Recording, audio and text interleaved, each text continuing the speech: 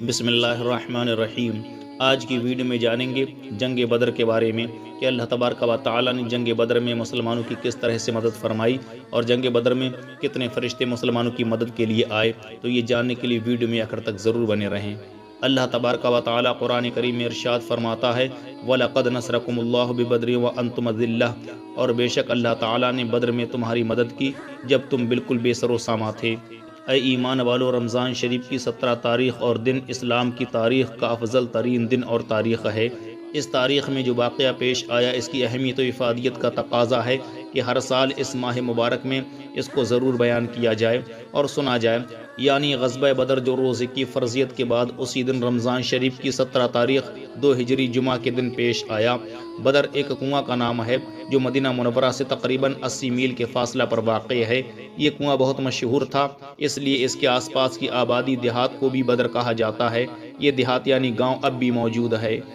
وہ میدان بھی ہے جہاں غزوہ بدر ہوا تھا۔ خوش عقیدہ مسلمان مکہ شریف سے مدینہ طیبہ جاتے ہوئے یا مدینہ طیبہ سے مکہ مکرمہ آتے ہوئے بدر میں بھی حاضری دیتے ہیں، یہ باعث ثواب ہے۔ اور اس امت پر ان شہدائے بدر کا عظیم احسان ہے جنہوں نے اسلام کی حفاظت و بقا کے لیے اپنی جانیں قربان کی۔ اللہ تبارک و تعالی توفیق دے تو آپ حضرات بھی مدینہ منورہ اور مکہ مکرمہ کی حاضری کے ساتھ بدر میں بھی حاضری دیں۔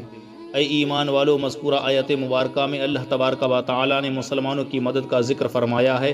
گویا قرآن شریف میں بتانا چاہتا ہے کہ کسی بھی میدان میں فتح و کامیابی کا ذریعہ اللہ تعالی کی مدد ہے۔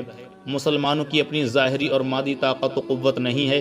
دیکھیے میدان بدر میں مسلمان اللہ تبارک و تعالی کے دین کی حفاظت کے لیے دشمن کے مقابلے کھڑے تھے تو بڑے کمزور تھے، ہر ظاہری اعتبار سے کمزور تھے۔ تعداد میں صرف 313 تھے اور دشمن کی تعداد 950 تھی۔ مسلمانوں کے پاس سواری کے لیے صرف 70 اونٹ اور 2 گھوڑے، 6 ذرا، 8 تلواریں تھیں، جبکہ دشمن کے پاس 100 گھوڑے، 700 اونٹ، بکثرت ذرا اور دوسرے ہتھیار موجود تھے اور کھانے پینے کا معقول انتظام تھا۔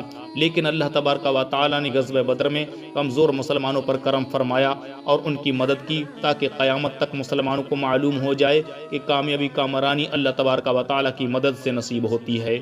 میدان بدر میں اللہ تعالی نے مسلمانوں کی پہلی مدد اس طرح کی کہ مسلمانوں کو کافروں کی تعداد میدان جنگ میں کم نظر آنے لگی تاکہ مسلمان دشمن کی کثرت دیکھ کر گھبرائیں نہیں، اور دوسری مدد اس طرح ہوئی کہ جنگ کے دوران کافروں کو مسلمانوں کی تعداد 2 گنی نظر آتی تھی، جس کی وجہ سے کافروں پر مسلمانوں کا ڈر اور خوف طاری ہو گیا تھا اور کافروں کی ہمت پست ہو گئی۔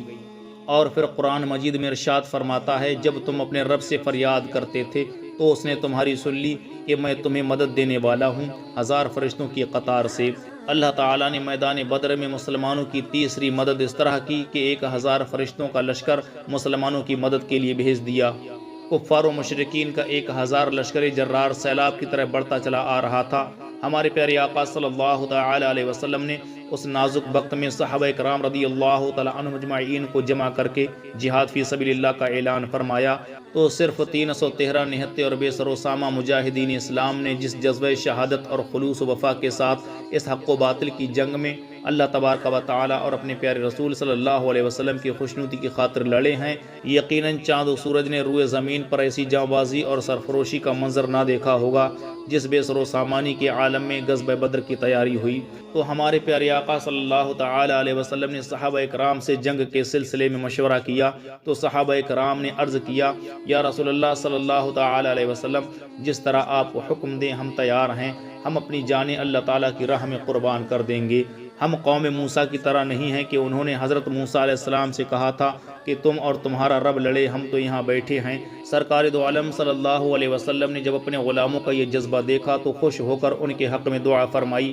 میدان بدر میں جب حق و باطل کا معرکہ شروع ہوا تو مسلمانوں نے اپنے پیارے آقا صلی اللہ علیہ وسلم کے حکم پر جانثاری بہادری کے وہ جوہر دکھائے جو میدان بدر کی زمین کبھی نہیں بھول پائے گی۔ فضائے بدر کو ایک آپ بیتی یاد ہے اب تک، فضائے بدر کو ایک آپ بیتی یاد ہے اب تک، یہ بادی نعرہ توحید سے آباد ہے اب تک، یہ بادی نعرہ توحید سے آباد ہے اب تک۔